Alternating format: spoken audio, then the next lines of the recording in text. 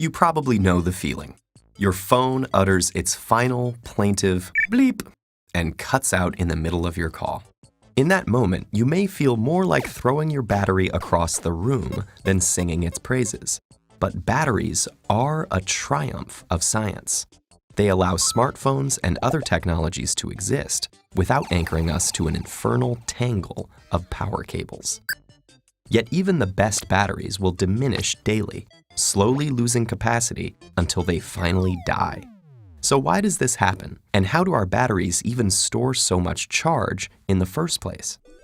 It all started in the 1780s with two Italian scientists, Luigi Galvani and Alessandro Volta, and a frog. Legend has it that as Galvani was studying a frog's leg, he brushed a metal instrument up against one of its nerves, making the leg muscles jerk. Galvani called this animal electricity, believing that a type of electricity was stored in the very stuff of life. But Volta disagreed, arguing that it was the metal itself that made the leg twitch. The debate was eventually settled with Volta's groundbreaking experiment. He tested his idea with a stack of alternating layers of zinc and copper separated by paper or cloth soaked in a saltwater solution.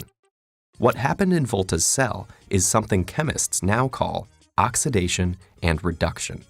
The zinc oxidizes, which means it loses electrons, which are in turn gained by the ions in the water in a process called reduction, producing hydrogen gas. Volta would have been shocked to learn that last bit. He thought the reaction was happening in the copper, rather than the solution. Nonetheless, we honor Volta's discovery today by naming our standard unit of electric potential the volt. This oxidation-reduction cycle creates a flow of electrons between two substances, and if you hook a light bulb or vacuum cleaner up between the two, you'll give it power. Since the 1700s, scientists have improved on Volta's design. They've replaced the chemical solution with dry cells filled with chemical paste. But the principle is the same.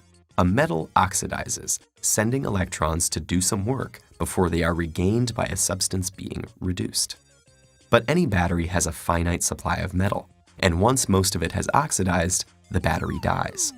So rechargeable batteries give us a temporary solution to this problem by making the oxidation-reduction process reversible. Electrons can flow back in the opposite direction with the application of electricity. Plugging in a charger draws the electricity from a wall outlet that drives the reaction to regenerate the metal, making more electrons available for oxidation the next time you need them. But even rechargeable batteries don't last forever. Over time, the repetition of this process causes imperfections and irregularities in the metal's surface that prevent it from oxidizing properly.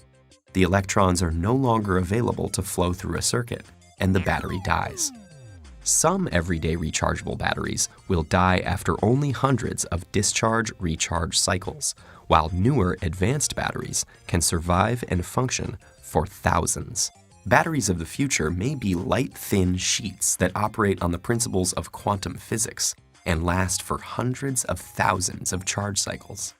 But until scientists find a way to take advantage of motion to recharge your cell battery, like cars do, or fit solar panels somewhere on your device, plugging your charger into the wall, rather than expending one battery to charge another, is your best bet to forestall that fatal bleep.